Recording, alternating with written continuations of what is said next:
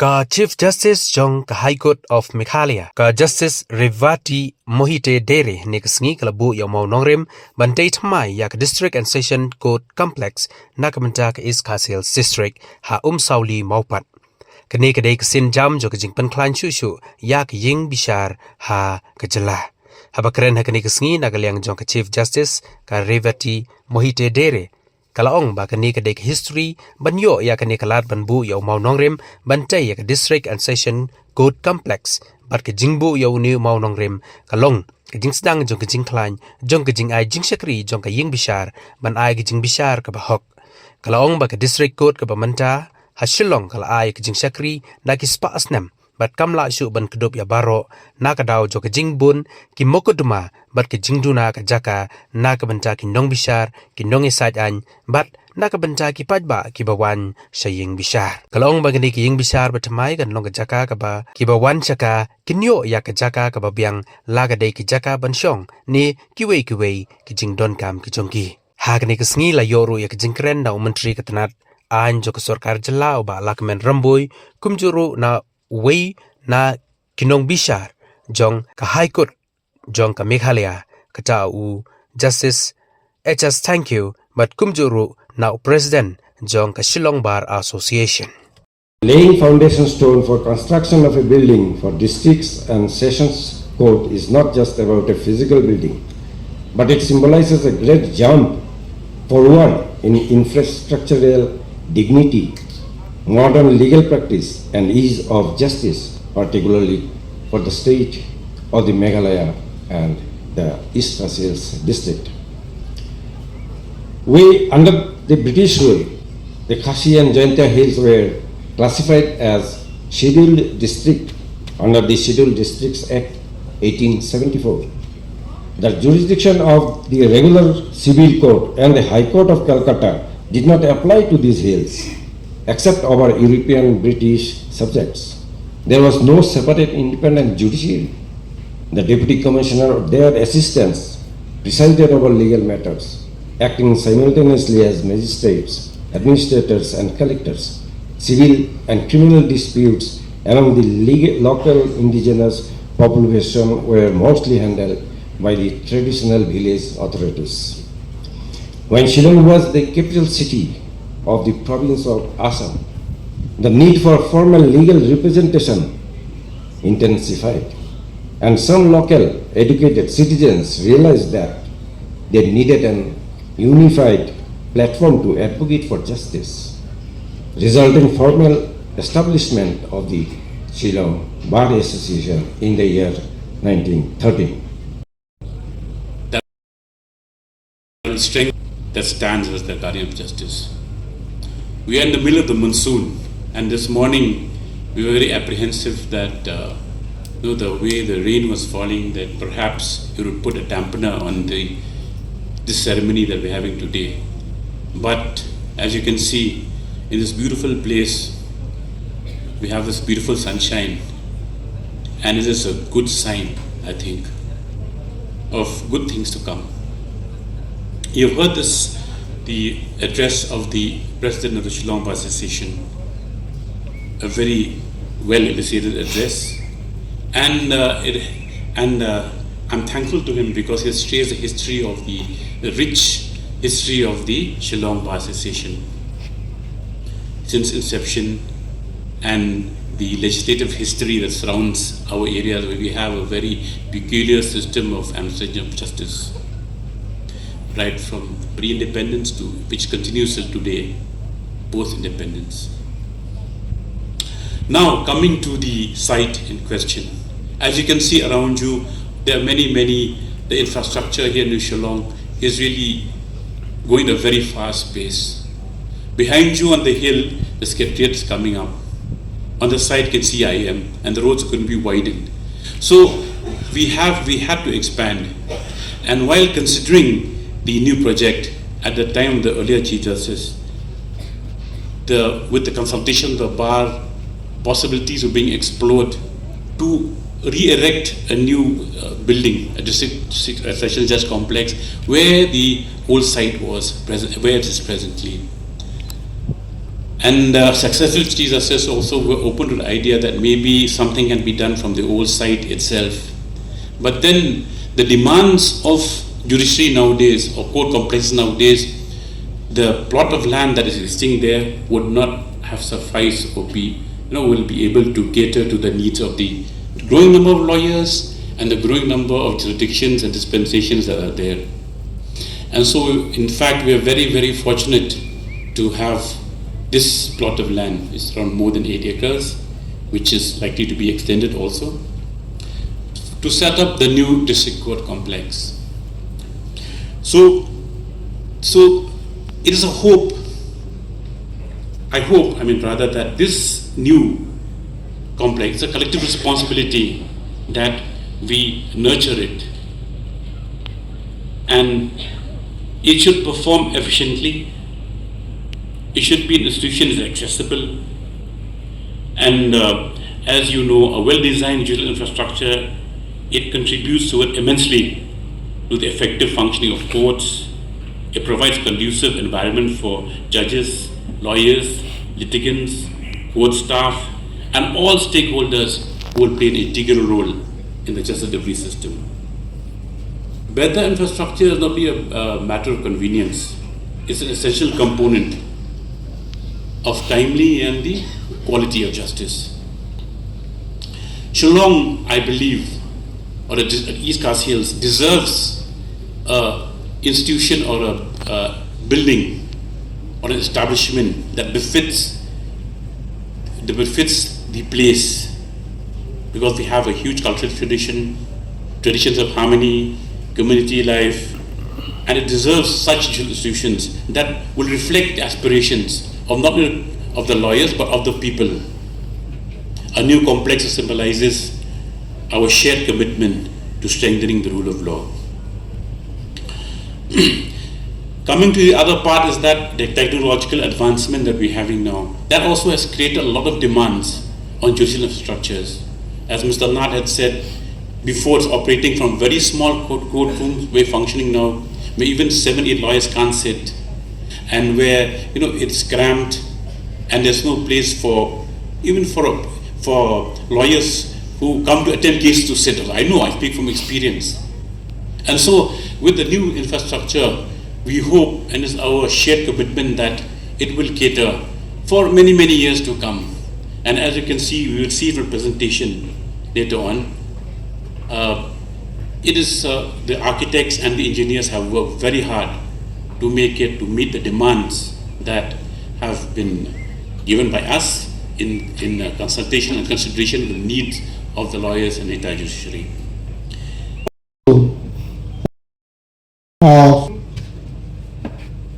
District and Session Judge Court will be constructed here. As the President of Bar Association has already mentioned, and also the Honorable Justice H.S. Thankhe has already mentioned, that we need the infrastructure to streamline our justice delivery system. We have seen that how the COVID-19 has made us realize that no matter what we are preparing, but we are still lagging behind. And we have seen that now, with the advent of technology, we need a proper infrastructure so that, as I said before, that delivery system of justice could be done in a smooth manner. Having said that, the building is a building, but we have to commit ourselves to the very profession, to the very responsibility we are entrusted upon us. The people of Meghalaya, the people of East Khas Hills look to us to address their grievances, to address in their the injustice or anything which they feel aggrieved. So it is a big responsibility on the judiciary system. We from the government of Meghalaya, we are working together with the High Court of Meghalaya, and we will continue to work to see that whatever needed to streamline the delivery of justice in the state should be acted upon and should be given by the government.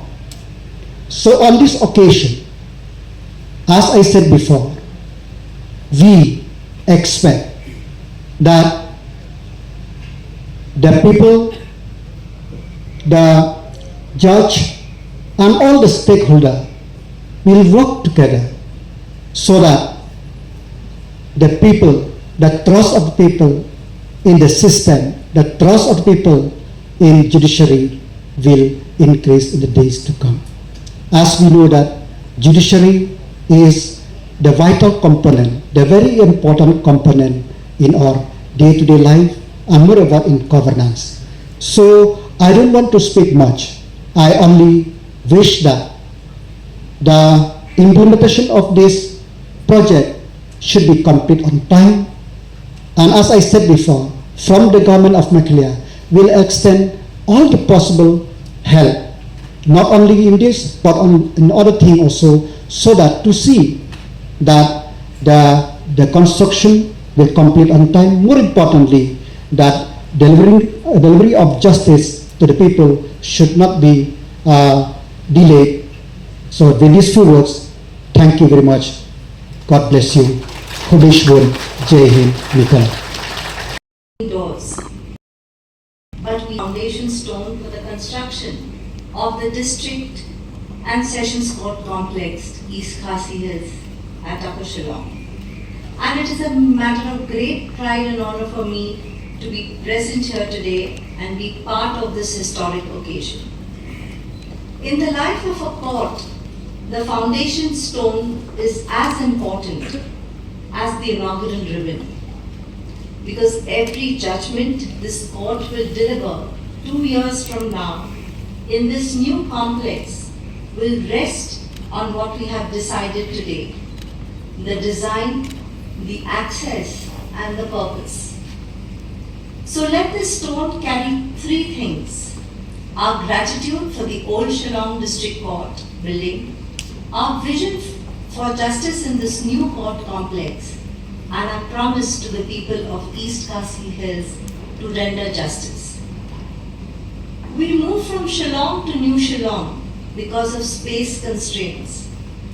The district court has served us for over a century and is unable to take the load. We are unable to add more courts. Today with time, the caseload has increased tremendously. There is not enough space for judges, lawyers, and most importantly, for litigants for whom the courts exist. No place to stand. Litigants wait under the open sky, be it rain or sunshine. Storing files is a task. Under trial lockups are not safe. We are moving out of necessity. As Oliver Wendell Holmes said, the life of the law has not been logic, it has been experience.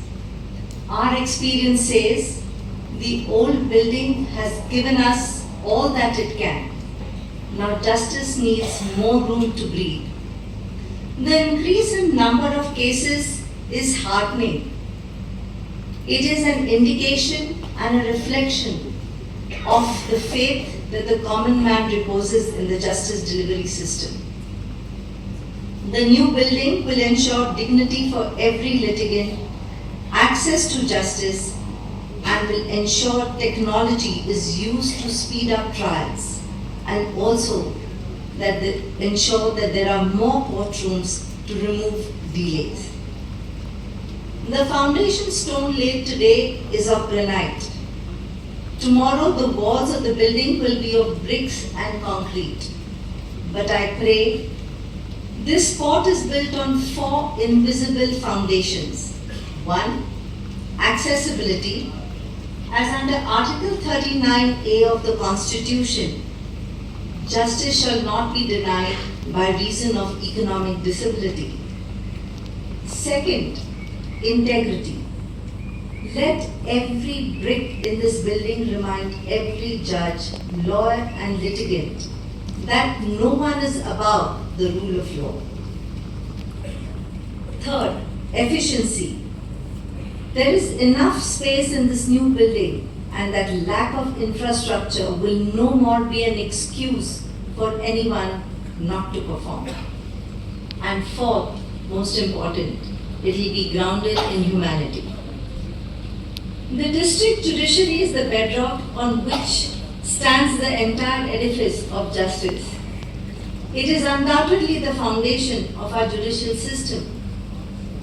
Being at the grassroots level, it symbolizes the epitome of justice. This occasion brings with it a feeling of hope and expectations for all judges, lawyers, and litigants. The reason is simple, that it is at this level at which vast majority of cases are heard and decided. After all, the district courts are the forums where the litigating public first and foremost interact with our judicial system.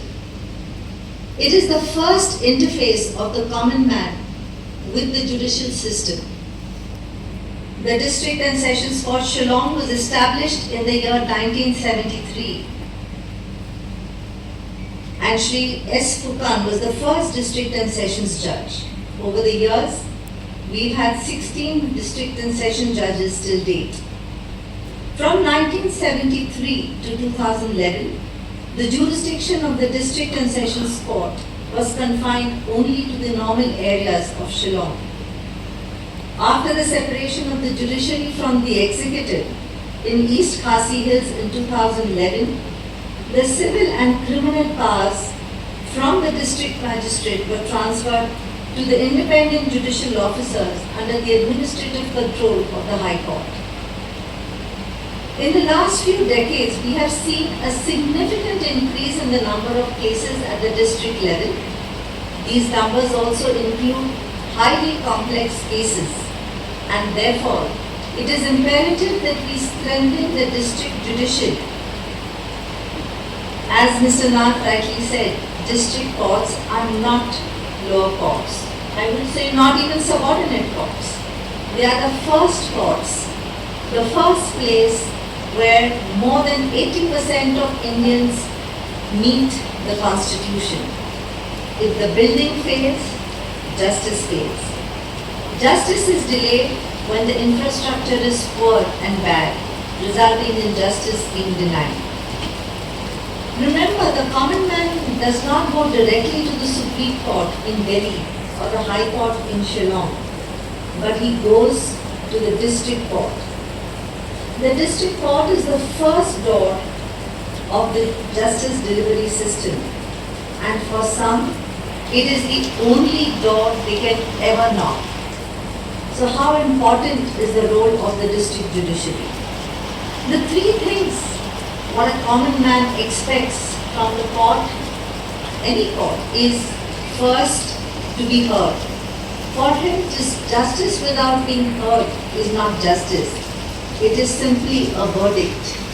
Second, the person should not go bankrupt seeking justice. One adjournment can cost a person 1,000 rupees of his bus fare coming up and down, and loss of one day's wages. 10 adjournments may cost the child of that person, daily wage worker, having to drop out of school. Therefore, delay is the biggest enemy of a poor man. And third, what is important is to respect the dignity of the litigant. No one really comes very happily to the court. They come because there is a dispute, they are compelled to come, somebody may be arrested, somebody is betrayed. Least that a litigant expects is a bench to sit on, a toilet that works, a health guide, desk that guides. A person may very well lose the case, but the litigant should not lose his dignity. When this new court building rises in the new Shillong, let it rise with a promise that a tea seller will be heard with the same patience as a business tycoon. Section 346 of the BNSS mandates day-to-day trial. This is not possible without enough courtrooms and judges. Good infrastructure today is not a luxury. It is about speed, it's about valuing people's time and giving them timely justice. We cannot forget litigants who may be farmers, daily wage workers, POXO survivors, elderly people who need to be treated with dignity. Good infrastructure will provide waiting halls with chairs, ramps and lifts for the disabled, child-friendly rooms for the POXO survivors, legal aid defense counsels, and rooms for the poor and weaker sections, and so on. Michael Sandel, he's a well-known jurist from Harvard. He said, justice is about the right way to honor people. A broken bench dishonors the citizen before the case even starts. BNS SS 2023 has changed everything. 105, section 105 talks about all seizures must be video recorded. So you need evidence storage rooms and computers. Section 230 of the BNSS says accused should get all documents free of cost. Therefore, you need e-filing counters and photocopy machines. Section 346 talks mandates about a day-to-day trial. You need separate deposition witness rooms. Section 479 of the BNSS, you need jail BC facility to avoid production delays. You cannot run BNSS trials in the current district court campus. It's like running UPI on a landline phone, and therefore this structure is what is necessary and today with changing times. You also cannot forget the security of the judges, the threats they may face, because independence of judiciary begins with ensuring their safety. We also cannot forget that there may be times when lawyers and litigants, particularly witnesses, may need protection. And therefore, when the system is safe, judgments can be fearless. The permanent court complex of the District Court East Khasi Hills, for which the foundation stone has been laid today, covers an area of about 8.67 acres, and the campus has been envisioned as a judicial complex that balances sustainability, accessibility, security, functionality, and future growth developments and requirements can be addressed. The court complex includes the construction of 3 separate blocks, as you've seen in the presentation that was given. The first block is G+5, which will have the district judges, about 14 of them with 3 exclusively POXO courtrooms and vulnerable witness deposition rooms. The second, this one which was at the center, will be G+4. It will accommodate about 8 magistrates, including the CJM. So we have 8 court halls and all facilities that are required in that block. Then the third block will have the Bar Association office, the office of the Legal Aid Defense Counsel. It will have lawyers, halls and waiting areas on each floor. All these building blocks are interconnected, as you have seen, throughout the campus. So even if it's raining and whatever maybe the weather, the lawyers and the litigants are well protected. The court complex will also feature an auditorium with a capacity of about 500 people. It will have child-friendly courtrooms, litigant waiting areas, a legal services office, directorate of prosecution, a video conferencing room, a judicial service center, e-seva kendra, malkhana, libraries, on all the essential amenities that are required.